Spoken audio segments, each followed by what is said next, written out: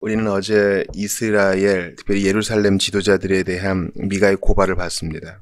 유다 지도자들의 죄악은요, 정치 지도자, 영적 지도자 할 것 없이 모두가 다 하나님 앞에 부끄러운 일이었습니다.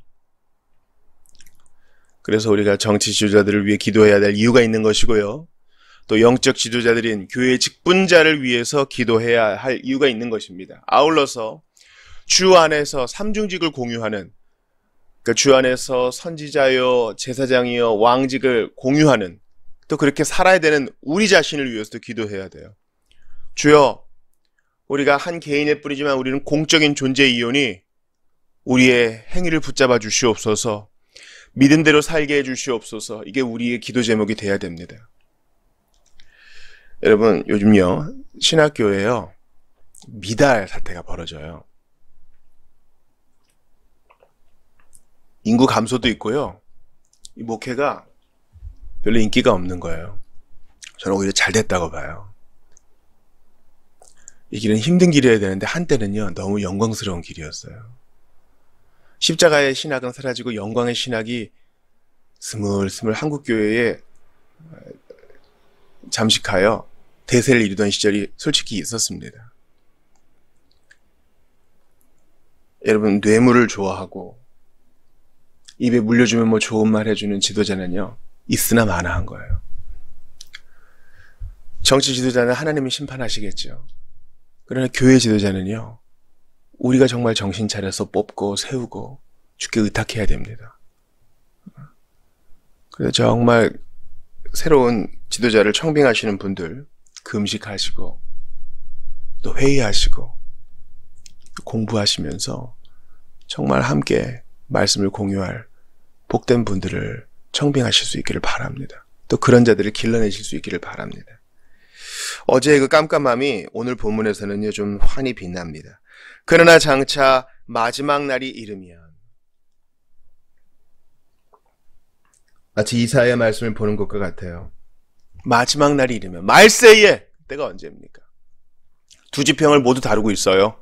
바로 예수 그리스도의 초림과 십자가 사역, 그분의 재림과 온전한 완성을 동시에 다루고 있는 듯해요. 이제 이 산이 한때는 대적들에게 둘러싸여가지고 멸망당했는데, 이제 이 산이 영광스러운 산이 돼서, 하나님의 임재가 있는 산이 돼서 모든 민족들이 올라올 것이다. 뭐 말도 다르고 생김새도 다르고 그런데 유대인들도 아닌데 와서 하나님을 찬양하고, 또 거기서 주님이 우리를 가르쳐 주실 것이니 가서 배우자. 말씀이 시온에서 나온다. 그리고 나서 3절에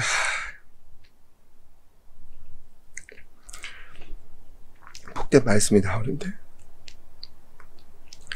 전쟁이 없고 갈등이 없다는 거예요. 사람들은 칼을 녹여 쟁기를 만들고 창을 두들겨 낫을 만들고, 더 이상 칼 만드는 일도 없고 군사훈련하는 일도 없다. 여러분, 우리가 예수님을 믿고 하나님의 백성 되어야 되는 이유는요, 이것만으로도 충분해요. 주님이 전쟁을 없애세요. 여러분, 우리끼리 세상의 평화를 이룩하자, 이런 구호는요, 헛된 거예요. 사람의 본성은 전쟁을 그칠 수가 없어요. 평화의 왕이신 예수님 안에서만 전쟁이 그치고 더 이상 고통과 죽음이 없어요. 여러분, 우크라이나, 러시아 전쟁 때 얼마나 많은 사람 죽었어요. 1, 2차 세계대전 말할 거 없고요. 한국전쟁 말할 거 없고요. 베트남 전쟁 말할 거 없고요. 걸프전은 말할 것도 없죠. 얼마나 무고한 사람이 죽었습니까? 또 의로운 전쟁이라는 캐치프레이즈를 내세웠지만, 나쁜 사람들을 응징한다라는 구호를 내세웠지만 PTSD라 그러죠. 전쟁으로 인해서도 얼마나 많은 사람들이 고통을 겪고 있어요. 사람이 사람을 죽인다는 것은요, 이거 끔찍한 일이에요. 가인 이후로 이건 계속 끔찍한 일이라고요. 주님의 개입이 없으면요, 평화는 없어요. 우리가 하나님과의 평화도 없었잖아요. 예수께서 오셔서 그 피로 하나님과 화평케 하셨어요. 동시에 그 평화는요, 사람과 사람 사이에, 나라와 나라 사이의 평화예요. 오직 예수님만이 구원받은 각 개인들을 주님께 돌아오게 하시고, 그 개인들이 국가를 이루게 하시고, 국가의 평화를 이루게 하시는 하나님. 목사님, 마지막 날에 나라 개념이 있나요? 이렇게 물으실 분들이 있겠어요. 나라들을 그대로 두신 상태에서 천연왕국이 오는 건가요? 주님 재림하시는 건가요? 이렇게 질문하시는 분들이 있을 거예요. 우리가 이거 계시록 때 다룰 것인데, 일단 이 비유적 의미가 주님이 재림하시던 그때에 주님이 평화의 왕으로 일단 오셨고, 그 평화는 예수님의 재림 때 완성된다. 일단 이 개념만 마음에 새기세요. 지금도 예수 믿는 사람들이 평화의 사도가 되어서, 평화의 사신이 되어서, 내가 먼저 하나님과의 관계가 회복된 그 평화로 다른 사람들에게 전합니다. 화해를 시킵니다. 평화의 메시지가 되고 썩어지는 미랄이 됩니다. 동시에 이 평화는요, 자연과 사람 사이의 평화도 적용될 수 있어요. 세상을 보세요. 미세 플라스틱이며 환경오염이며 여전히 탄소 배출이며 쓰레기 배출이며 다시 쓰고 재사용하고 재활용하는 거 아니라 뭐 다시 사고 버리고 태우고 멸종하는 동식물이 늘어나고요. 하나님의 아들들, 하나님의 자녀들, 하나님과의 평화를 이룩한 자들이 나타나기 전에는 온전한 생태계와의 회복도 없어요. 그리고 이러한 회복은 현재 진행 중이며 주님이 재림하시는 날 온 세상 만물이 새롭게 태어날 것입니다. 회복될 것입니다. 그날에 사람들마다 각자 자기들의 포도나무와 무화과나무 아래에 앉아서 평화롭게 살아갈 것이고 더 이상 그들을 두렵게 할 자가 아무도 없을 것이다. 이것은 전능하신 만군의 주께서 직접 그분의 입으로 약속하신 것이다. 이게 방점이죠. 이게 결론이에요. 주님이 약속하신 것이니 이거 반드시 이루어지는 거예요. 포도나무와 무화과나무를 각자 가지고 있다는 것은 그 당시 미가 시대에는요, 어떤 부의 상징인 거예요. 오늘날 우리의 기준으로 보면 보겠어요. 번듯한 아파트 한 채와 중형 세단과 연금이 보장되는 것과 넉넉한 생활비 그리고 건강이 보장될 것이다. 뭐 이렇게 얘기하는 것과 비슷한 거예요. 이 무화과나무와 포도나무 다 자기 걸로 갖고 있는 사람들은 여유 있는 것이죠. 주님이 그런 넉넉함을 주신다는 거예요. 언제? 말일에. 이 말일은 언제입니까? 예수 그리스도께서 초림하시고 이제 재림하실 이 사이 모든 기간이 다 말일입니다. 그럼 우리가 이 말세를 살고 있는데 우리가 이거 지금 경험하고 있어요? 문 민족들이 시온산으로 몰려오는 걸 보고 있어요? 또 우리 포도나무 있어요? 무화과나무 있습니까? 이거 심을 정원도 없잖아요. 있으신 분도 있겠지만 서민들은 꿈도 못 꾸는 일이죠. 또 전쟁에 대비해서 군사훈련 하는 일이 다시는 없어요. 나라마다 지금 군비를 증원하고 우리나라만 해도 예산의 가장 많은 부분이 국방비에 쓰이는데요. 근데 여러분 이거 지금 이루어지고 있어요. 오늘도 회심한 사람들이 주님께로 달려가 찬양하고 그분의 교회로 모이는 거, 이게 바로 오늘 이 본문의 성취입니다. 각자 자기들의 포도나무와 무화과나무에 앉아서 평화롭게 살 것이고 두려움 없는 거, 이거 오늘 우리 안에 이루어지고 있잖아요. 예수 안에 모든 것을 누리고 만족하면서 평화를 누리잖아요.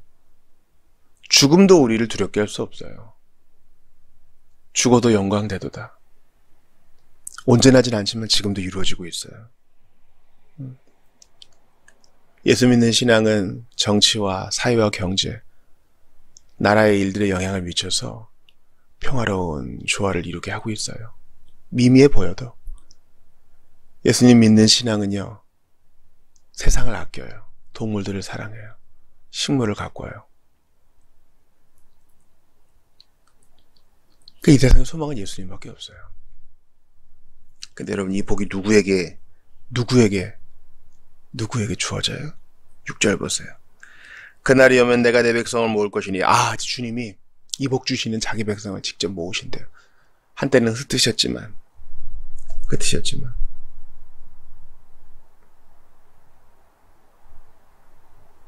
누가 이 복을 받아요? 곧 다리 절며 비틀대는 자들과 자기 땅에서 쫓겨나 포로된 자들과 이방 땅에서 고통받고 있는 자들을 다시 불러 모을 것이다. 아멘. 이러한 주님의 복을 받는 자는요, 가난한 자들, 심령이 가난한 자들, 하나님 없으면 안 된다고 고백하는 겸손한 자들이에요. 우리 시체 중 누가 그랬어요? 애완견을 키워도요, 그냥 주인이랑 상관없이 너무 그냥 개된 생활을 잘하는 개보다는요, 이게 조금 문제가 있어 보여도 주인만 바라보고 예쁜 짓 하는, 주인 없으면, 주인 도움 없으면 살 수 없을 것 같은 그 개한테 더 정이 간다는 거예요. 우리 예수님이 바리새인과 종교 지도자들, 율법사들에 대해서 징계하시고 화를 내신 이유가 그거 아니겠어요? 그들은요, 겉으로 보기에는 완벽했어요. 하나님 없이도 살 수 있을 것만 같았어요. 도덕적으로도 흠결이 없어 보여요. 뭐가 문제예요? 의지하는 마음이 없어. 나 다리 접니다. 도와주세요.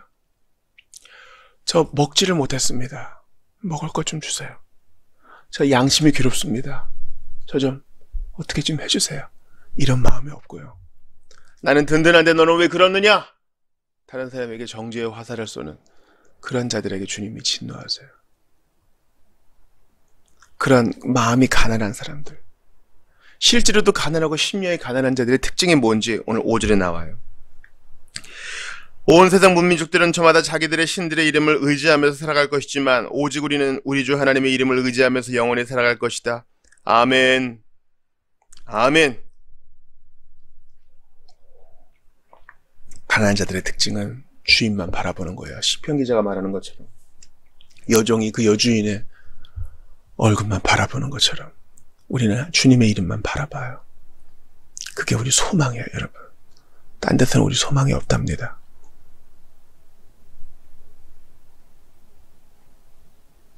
그러니까 오늘 본문 그리고 성경 전체의 메시지는 단순해요.